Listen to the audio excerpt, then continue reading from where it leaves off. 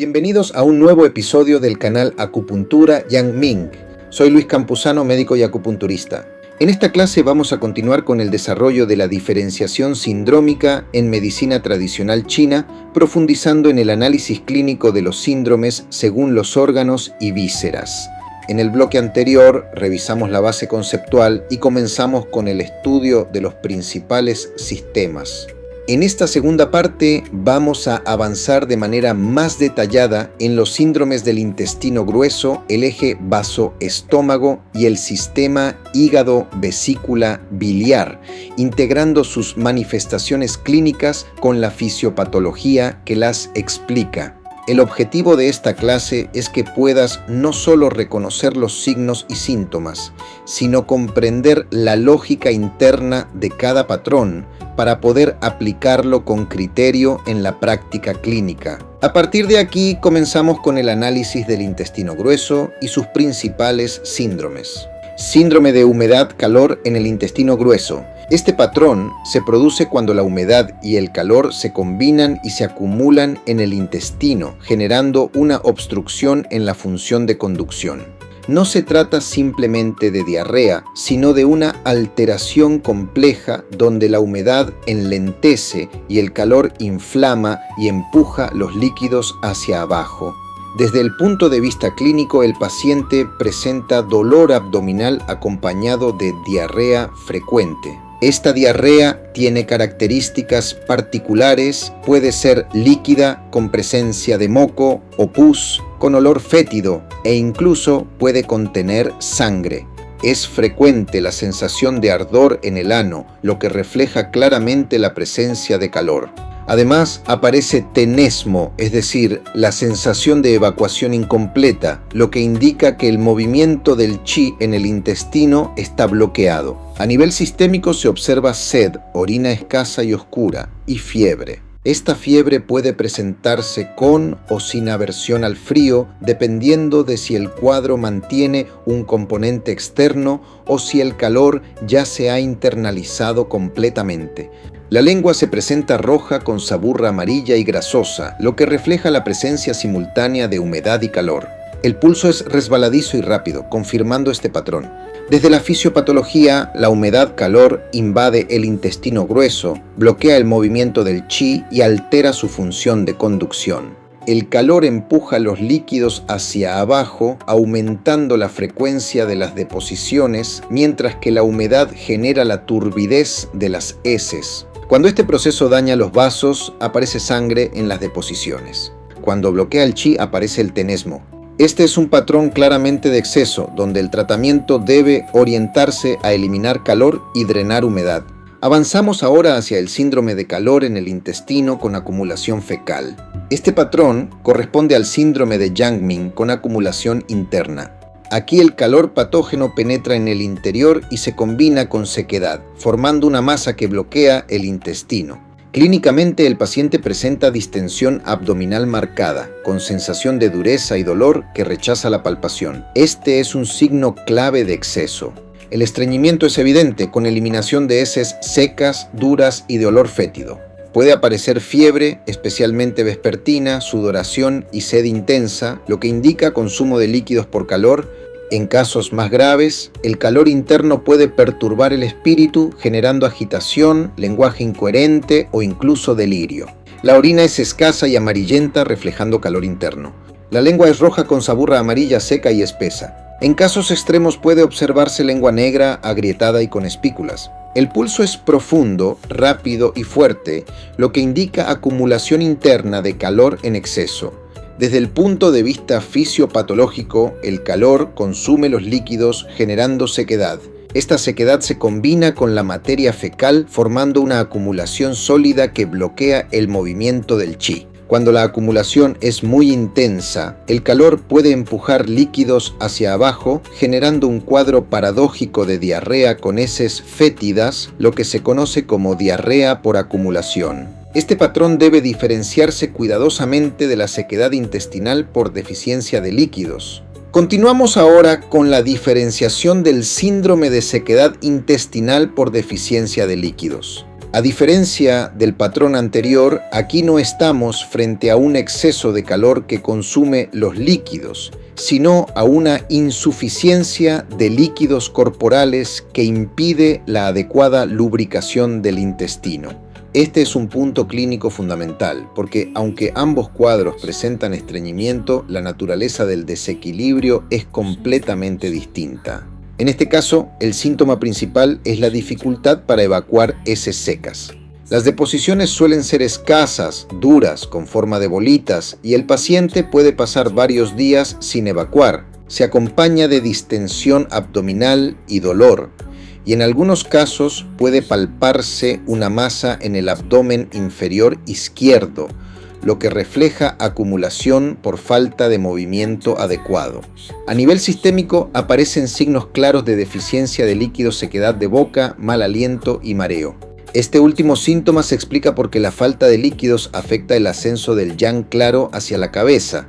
La lengua se presenta roja con poca saliva y saburra seca. El pulso es fino y áspero, lo que refleja deficiencia de fluidos. Desde el punto de vista etiológico, este patrón puede desarrollarse por envejecimiento, donde los líquidos corporales disminuyen de forma natural por consumo excesivo de alimentos picantes o calientes, por enfermedades febriles que consumen líquidos o por pérdidas excesivas como vómitos, diarrea o sudoración. La clave diagnóstica está en reconocer que aquí no hay signos claros de calor en exceso, sino una falta de sustancia que impide el movimiento intestinal. Por eso es fundamental diferenciar este patrón del calor en el intestino con acumulación fecal.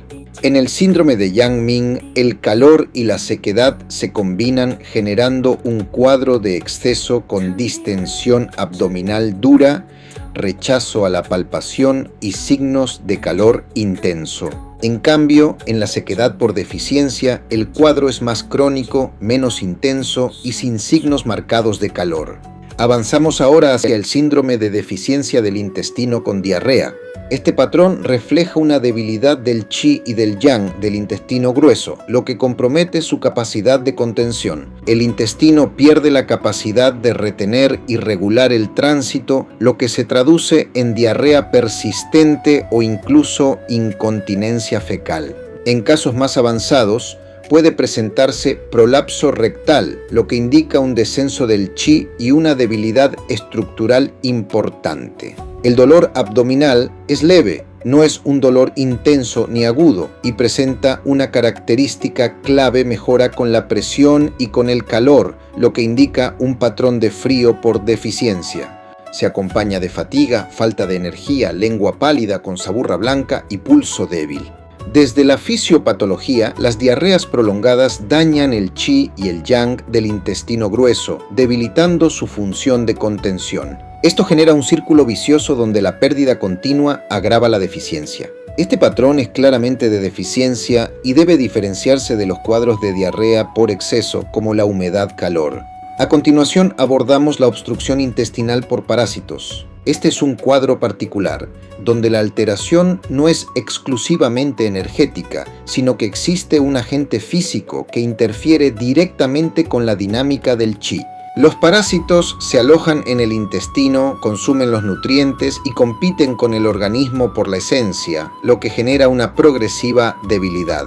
Clínicamente, el paciente presenta dolor abdominal intermitente, molestias digestivas y presencia de parásitos en las heces. A medida que el cuadro progresa, aparece rostro amarillento y adelgazamiento, lo que refleja consumo de la esencia y deficiencia nutricional. En casos más severos, los parásitos pueden agruparse formando masas, generando obstrucción intestinal, dolor intenso y sensación de masas palpables. Si ascienden, pueden afectar las vías biliares, produciendo dolor abdominal agudo y vómitos con expulsión de lombrices. También pueden aparecer signos indirectos como rechinar de dientes durante el sueño, prurito nasal, manchas blancas en la cara o pequeñas partículas blanquecinas en los labios. Incluso pueden observarse alteraciones en la esclerótica, lo que refleja la conexión entre pulmón e intestino grueso. Este patrón combina elementos de exceso por la presencia del agente patógeno y de deficiencia por el consumo progresivo de los nutrientes. Con esto cerramos completamente el análisis de los síndromes del intestino grueso.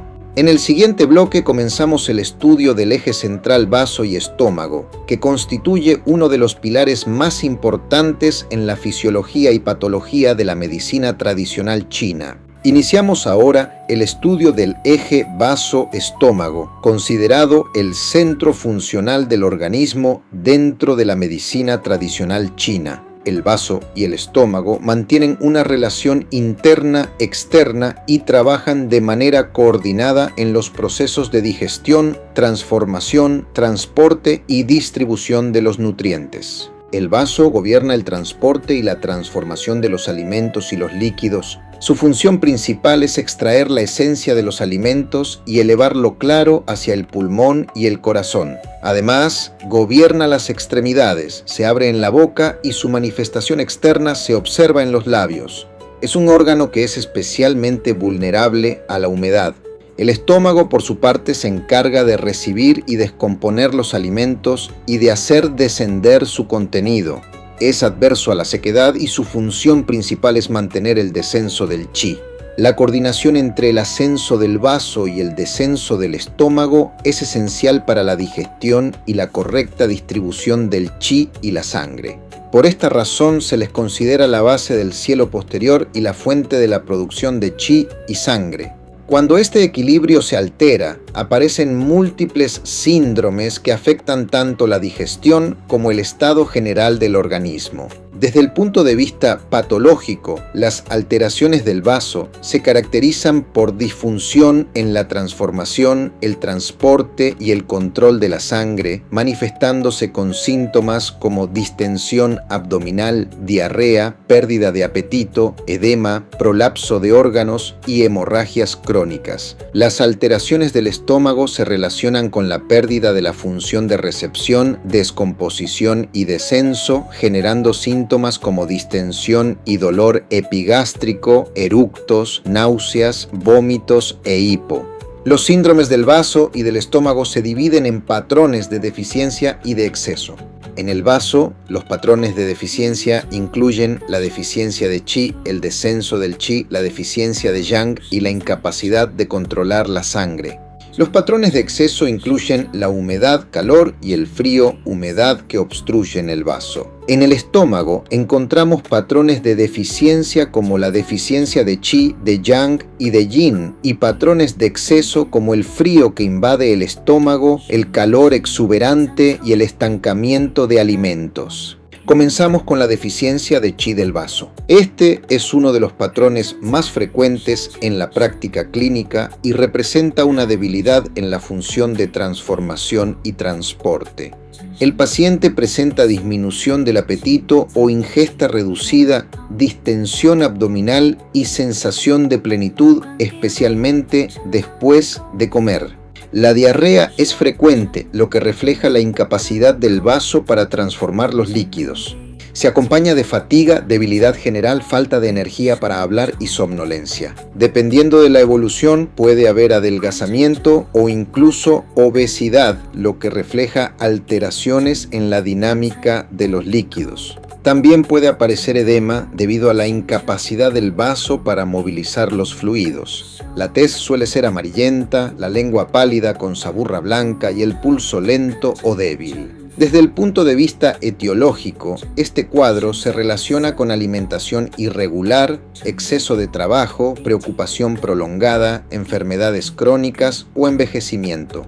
Cuando el chi del vaso es insuficiente, no puede transformar los alimentos ni transportar los líquidos, lo que genera acumulación y debilidad al mismo tiempo. Avanzamos ahora hacia el descenso del chi del vaso. Este patrón representa una progresión de la deficiencia de chi donde el vaso pierde su capacidad de elevarlo claro, Como consecuencia, el chi desciende en lugar de ascender. Clínicamente, el paciente presenta mareo, ya que la esencia de los alimentos no logra ascender a la cabeza. Aparece diarrea crónica, lo que refleja el descenso de los líquidos hacia el intestino. Se observa sensación de pesadez y distensión en el abdomen inferior que empeora después de comer. Un signo característico es la sensación de peso en el ano o incluso el prolapso de órganos, incluyendo el prolapso rectal.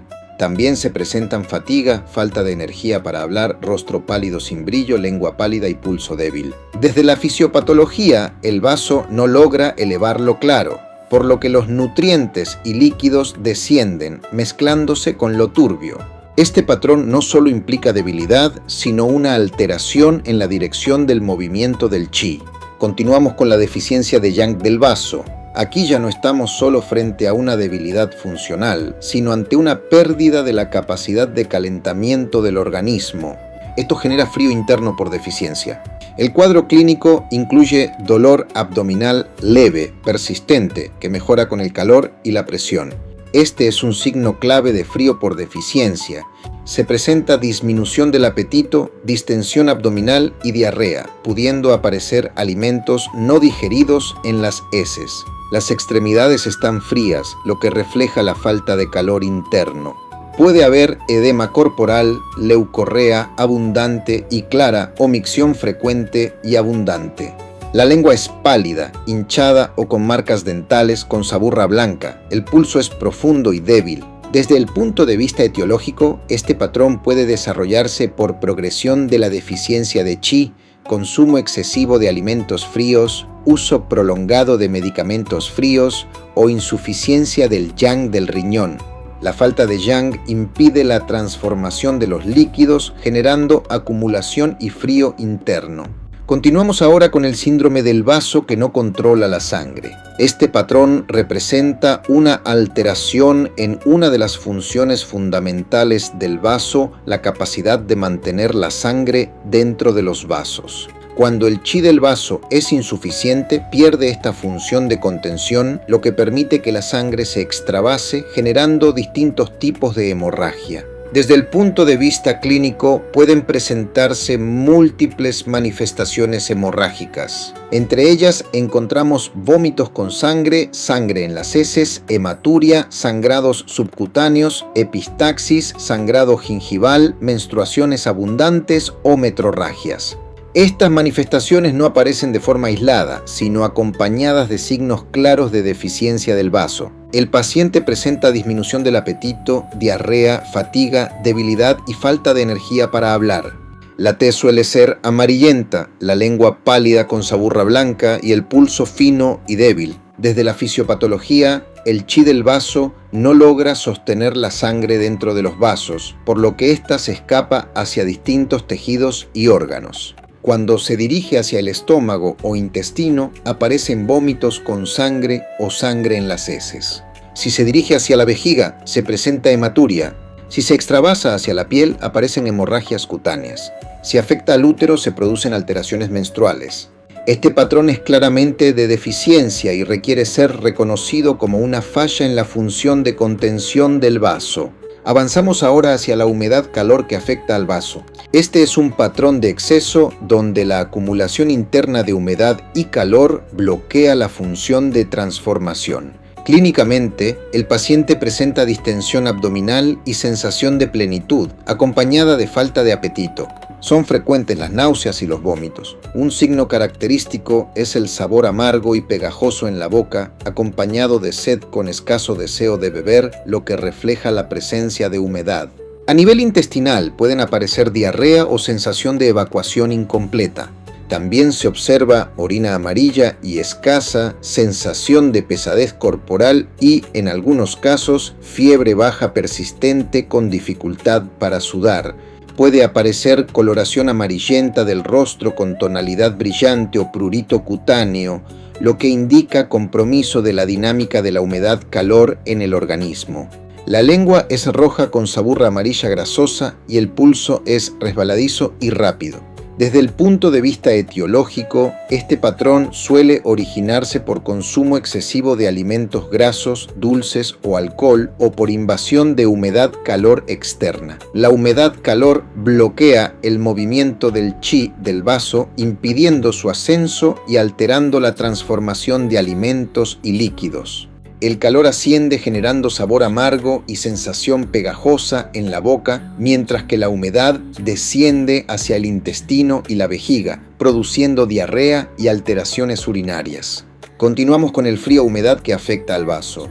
Este patrón también corresponde a una condición de exceso, pero a diferencia del anterior, aquí predomina el frío. El frío-humedad se acumula en el interior y bloquea la función del vaso, alterando la transformación y el transporte. Clínicamente, el paciente presenta distensión y dolor abdominal, diarrea, pérdida de apetito, náuseas o vómitos. Aparece una sensación característica de pesadez en la cabeza y en el cuerpo, lo que refleja la presencia de humedad.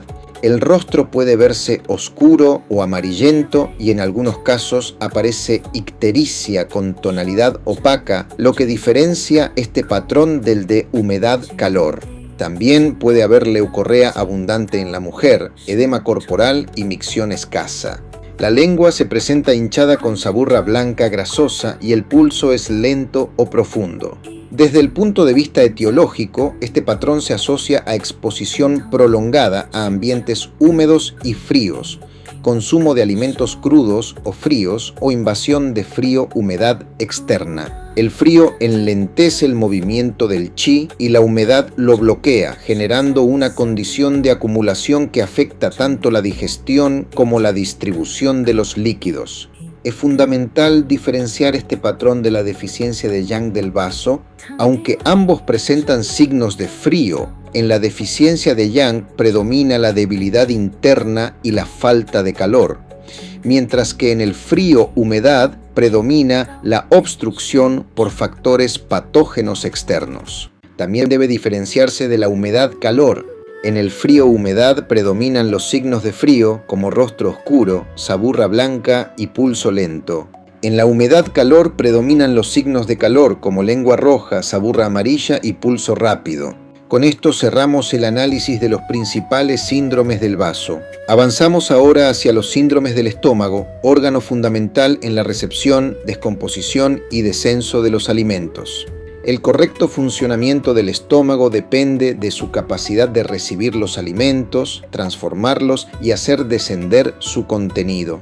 Cuando esta dinámica se altera, aparecen distintos patrones patológicos que deben diferenciarse con precisión. Comenzamos con la deficiencia de chi del estómago. Este patrón refleja una debilidad en la función de armonizar y descender del estómago. Clínicamente, el paciente presenta disminución del apetito, sensación de plenitud en el epigastrio y distensión abdominal leve. El dolor epigástrico es característicamente leve y mejora con la presión, lo que indica un patrón de deficiencia. Se observan eructos frecuentes, lo que refleja que el chi del estómago no desciende adecuadamente y asciende en sentido contrario. A nivel general, el paciente presenta fatiga, falta de energía para hablar y tez amarillenta. La lengua es pálida con saburra blanca fina y el pulso es débil. Desde el punto de vista etiológico, este patrón suele relacionarse con alimentación irregular, exceso de trabajo o enfermedades crónicas que debilitan el chi del estómago. Cuando el chi es insuficiente, el estómago pierde su capacidad de recibir y descender, lo que explica tanto la distensión como los eructos. Avanzamos ahora hacia la deficiencia de yang del estómago. Este patrón representa una progresión de la deficiencia de chi, donde además se pierde la capacidad de calentamiento. Como consecuencia se genera frío interno. Clínicamente, el paciente presenta dolor epigástrico de carácter frío, persistente y sordo, que mejora con el calor y la presión y empeora con el frío. Un elemento importante es que el dolor puede aliviarse después de comer, lo que refleja una mejora transitoria del estado energético. Se presentan náuseas y vómitos, frecuentemente de líquidos claros o alimentos no digeridos, lo que indica una alteración en la transformación. El apetito está disminuido y el paciente no presenta sed, lo que es característico de los cuadros de frío. A nivel general hay fatiga y extremidades frías. La lengua es pálida e hinchada y el pulso es profundo y débil. Desde el punto de vista etiológico, este patrón puede originarse por consumo excesivo de alimentos fríos, uso prolongado de medicamentos de naturaleza fría o enfermedades crónicas que debilitan el yang. Aquí, el frío interno bloquea el movimiento del qi y altera la función digestiva. Es fundamental diferenciar este patrón de la deficiencia de qi del estómago. Ambos presentan disminución del apetito y distensión, pero en la deficiencia de yang predominan los signos de frío, como dolor que mejora con el calor, ausencia de sed y extremidades frías. Además, es importante diferenciar los síndromes del estómago de los del vaso.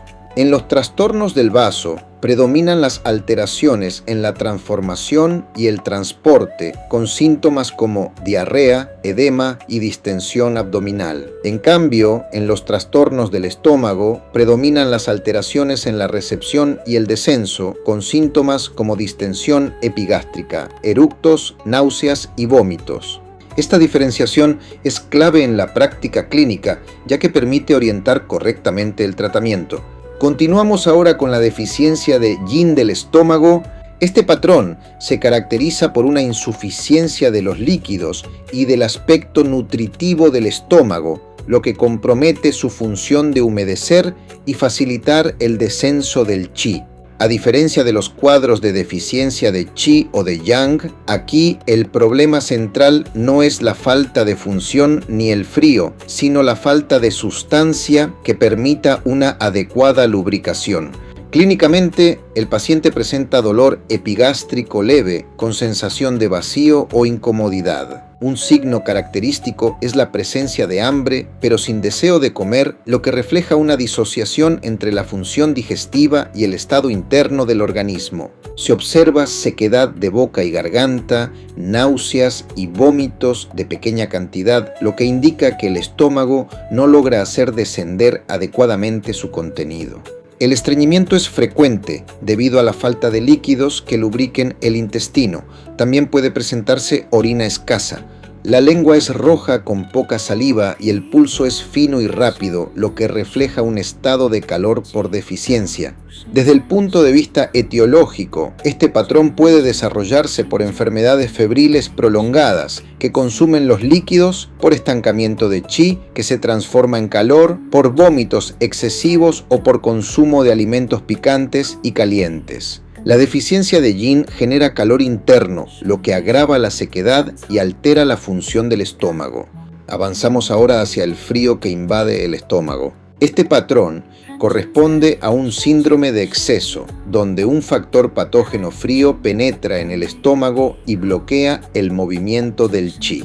Clínicamente, el paciente presenta dolor epigástrico intenso de carácter constrictivo que mejora con el calor y empeora con el frío. Se acompañan náuseas y vómitos, y un signo característico es que el dolor puede aliviarse después del vómito, ya que el qi del estómago se libera momentáneamente.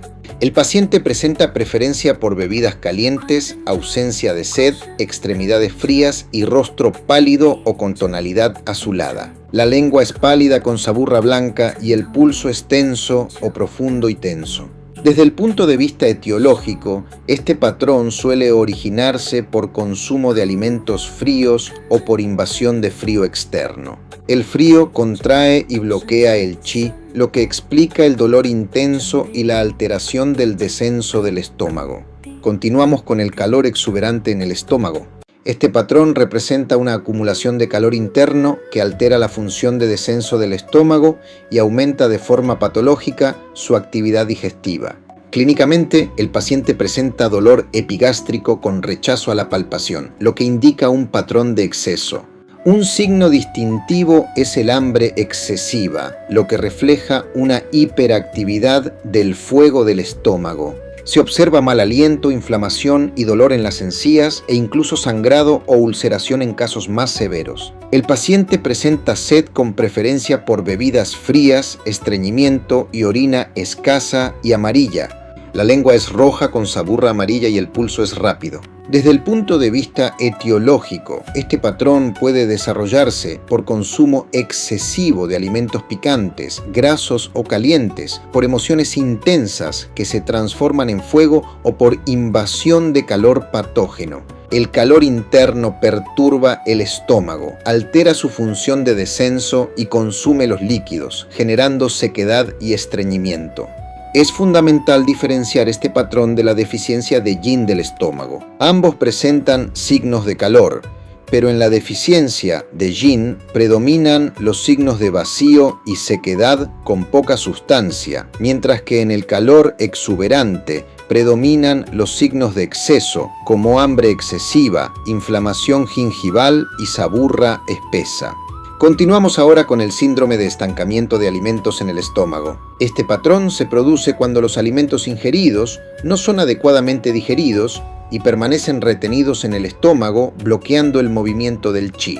No se trata solo de una digestión lenta, sino de una verdadera acumulación que interfiere con la función de descenso del estómago. Clínicamente, el paciente presenta distensión epigástrica marcada, acompañada de dolor que rechaza la palpación.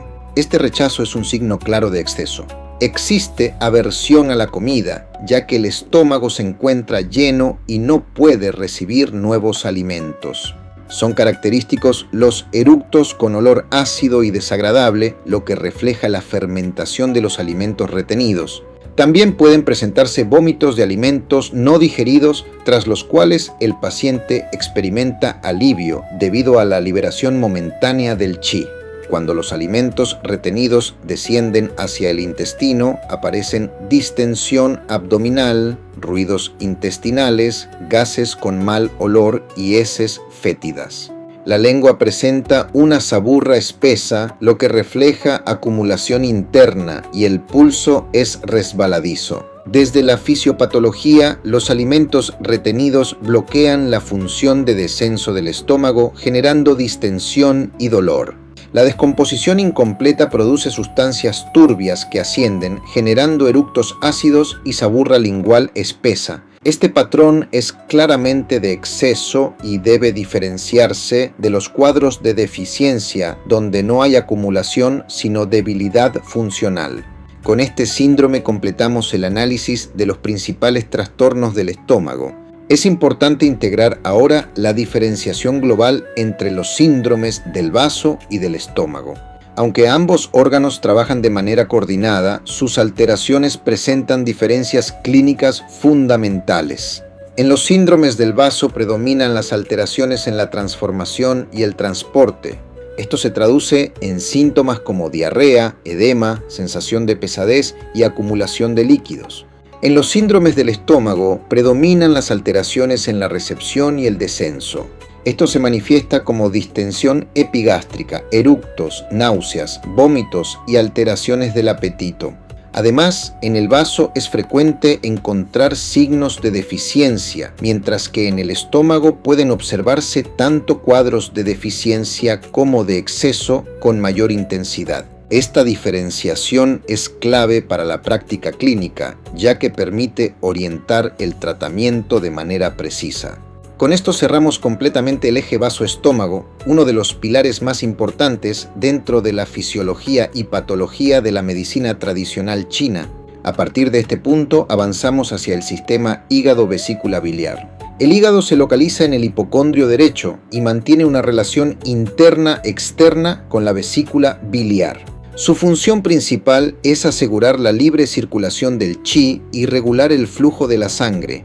Además, almacena la sangre, regula las emociones y participa en la digestión a través de la secreción de bilis. El hígado se abre en los ojos, se manifiesta en los tendones y su estado se refleja en las uñas. El meridiano del hígado recorre los genitales externos, asciende por el abdomen, se distribuye en el tórax y los flancos, conecta con la vesícula biliar y se dirige hacia la cabeza y los ojos. Desde el punto de vista patológico, las alteraciones del hígado afectan principalmente la circulación del chi y el almacenamiento de la sangre. Clínicamente, esto se manifiesta con distensión y dolor en los flancos, alteraciones emocionales, mareo, trastornos visuales, contracturas musculares, irregularidades menstruales y síntomas genitales. Los síndromes del hígado se dividen en patrones de deficiencia, exceso y combinaciones de ambos. Dentro de los patrones de exceso encontramos el estancamiento del chi del hígado, el fuego exuberante del hígado, la humedad, calor y el frío que invade los meridianos. En los patrones de deficiencia encontramos la deficiencia de sangre y la deficiencia de yin.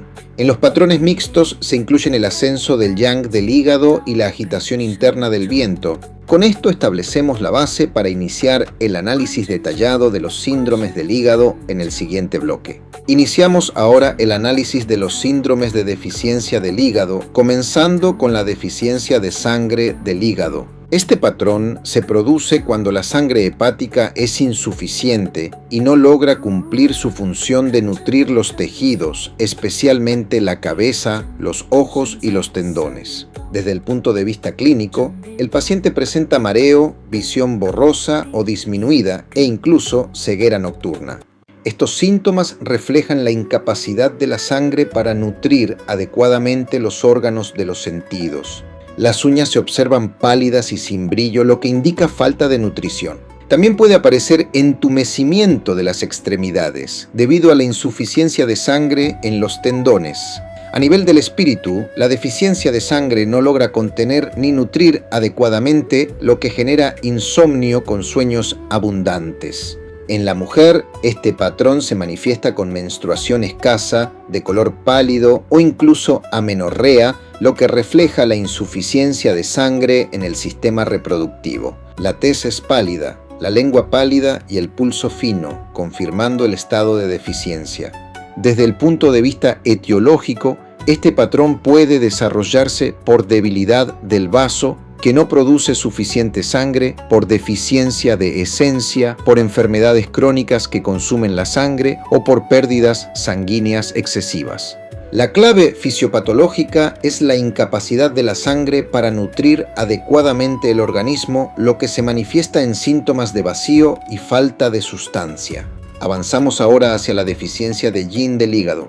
En este caso, el problema no es solo la falta de sangre, sino una insuficiencia del yin que genera calor interno por deficiencia. El cuadro clínico incluye mareo y visión borrosa similares al patrón anterior, pero aquí se agregan signos claros de sequedad y calor. El paciente presenta sequedad ocular, dificultad para ver con claridad y dolor leve en los flancos, lo que refleja la afectación del meridiano hepático. Aparece sequedad de boca y garganta, sensación de calor en palmas y plantas, enrojecimiento de las mejillas y sudoración nocturna.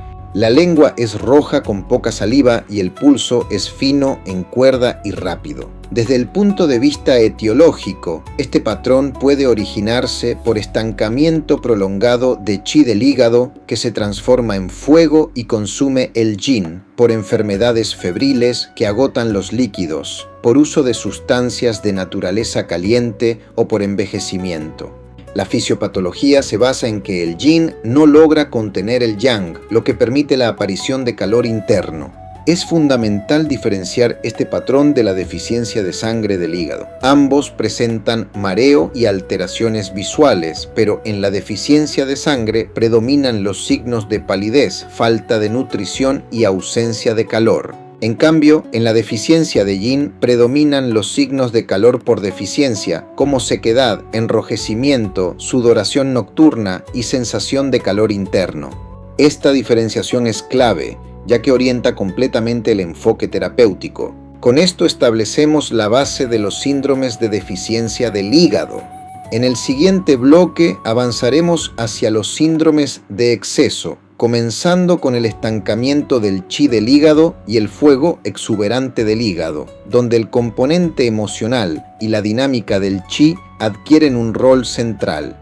Avanzamos ahora hacia los síndromes de exceso del hígado, comenzando con el estancamiento del chi del hígado. Este patrón es uno de los más frecuentes en la práctica clínica y se caracteriza por una alteración en la función de libre circulación del chi, que es una de las funciones principales del hígado.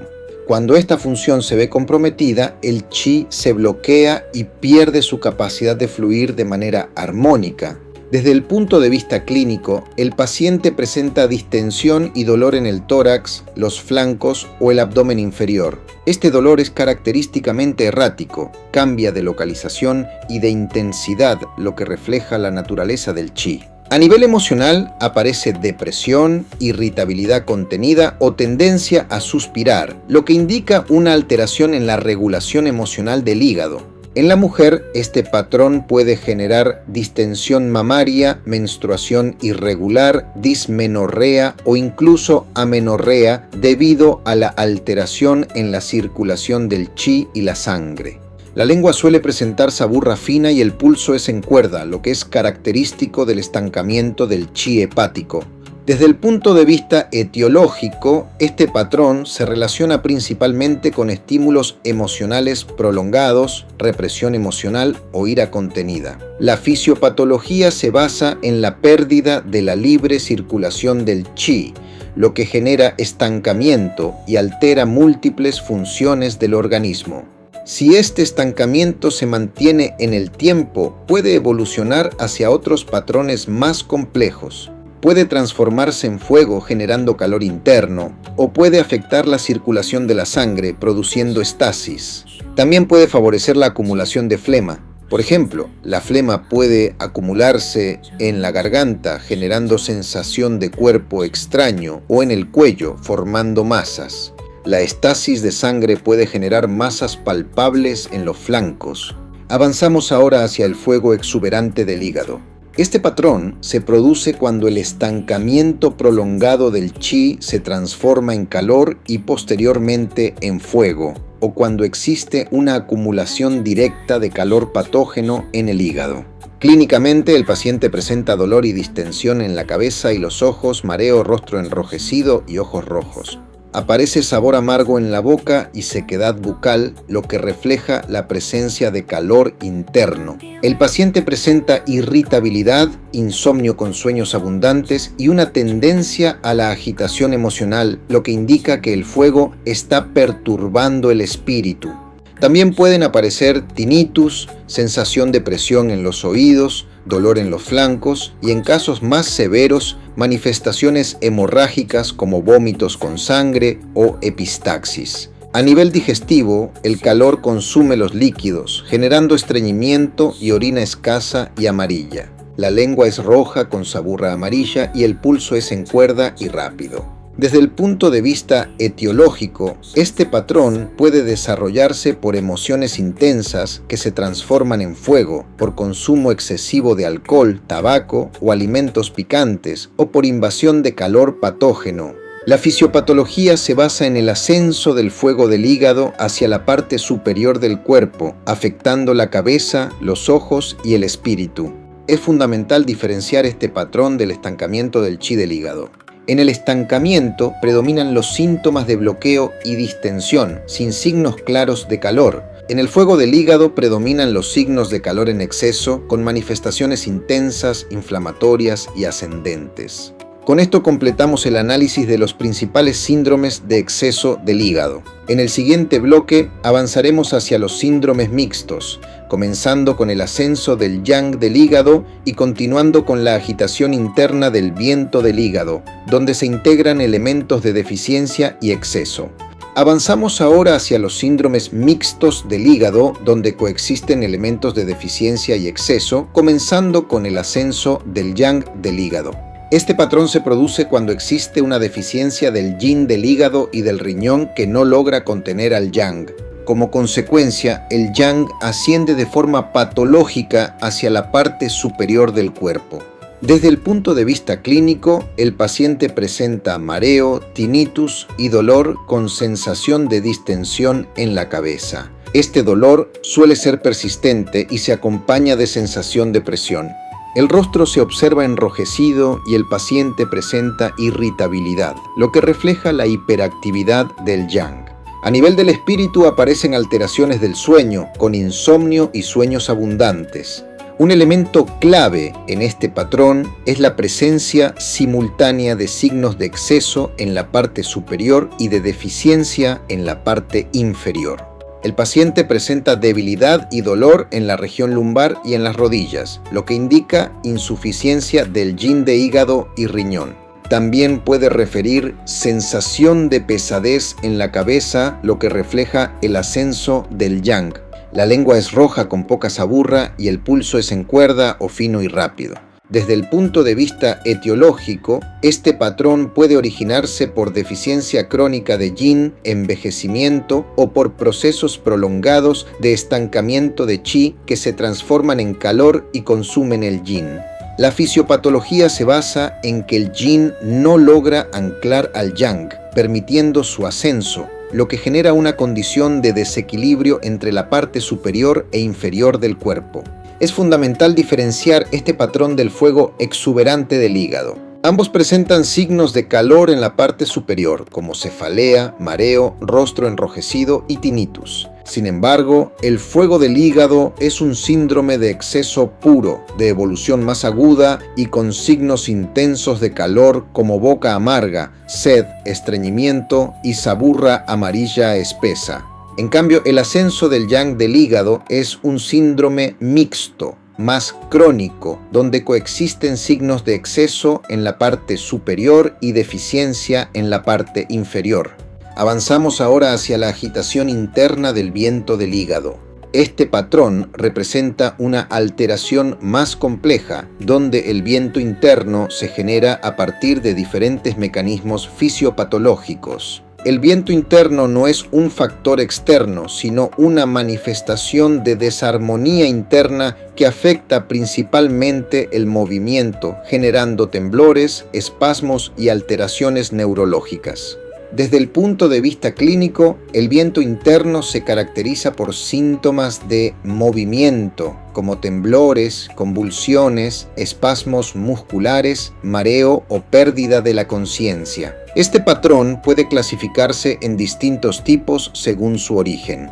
El primero es el viento generado por ascenso del yang del hígado. En este caso, la hiperactividad del yang produce movimiento interno, generando temblores, mareo, inestabilidad y, en casos graves, desviación de la boca y los ojos o hemiplegia. El segundo tipo corresponde al viento extremo por calor intenso. Aquí el calor patógeno es tan intenso que agita los tendones y genera convulsiones. Clínicamente se presenta con fiebre alta, rigidez, convulsiones, alteración de la conciencia y signos claros de calor en exceso.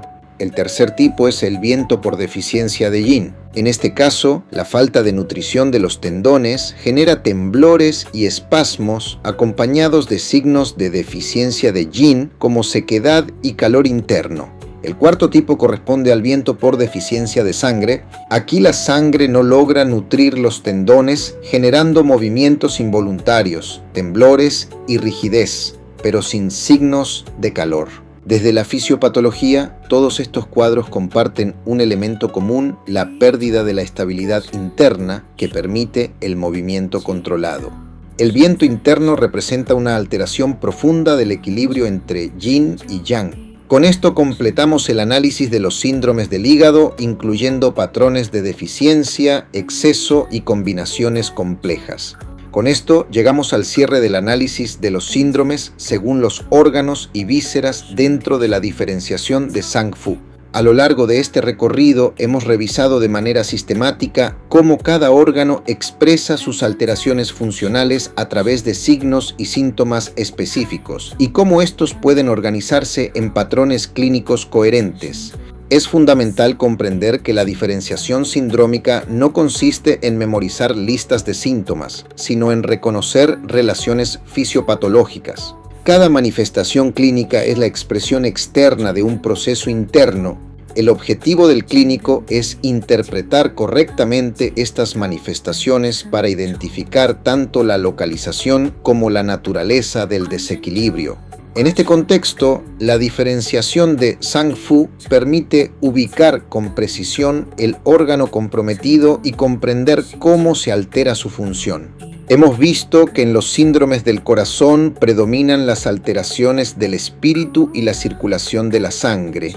En el pulmón, las alteraciones de la difusión, el descenso y la regulación de los líquidos. En el intestino grueso, las alteraciones de la conducción. En el vaso, las alteraciones de la transformación, el transporte y el control de la sangre. En el estómago, las alteraciones de la recepción y el descenso.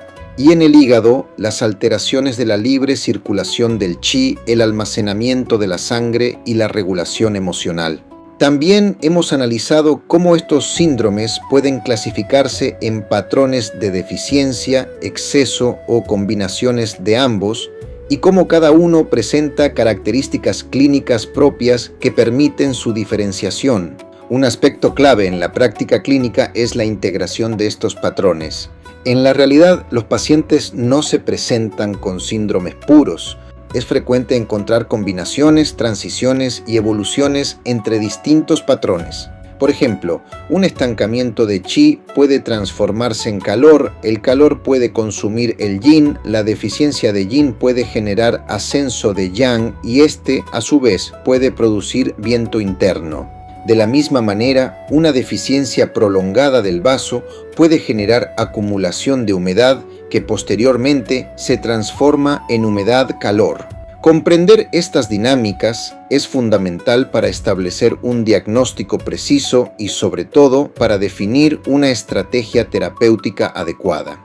La diferenciación sindrómica no es un proceso estático, sino dinámico. Requiere observación constante, integración de la información y capacidad de adaptación. Además, es importante recordar que la diferenciación de Zhang Fu no se utiliza de manera aislada. Debe integrarse con otros sistemas diagnósticos, como los 8 principios, la diferenciación de chi, sangre y líquidos, los 6 niveles o el sistema de los 3 calentadores. Solo a través de esta integración es posible construir un diagnóstico completo y clínicamente útil. En la práctica de la acupuntura, este nivel de análisis permite seleccionar puntos con precisión, definir estrategias terapéuticas coherentes y adaptar el tratamiento a la evolución del paciente.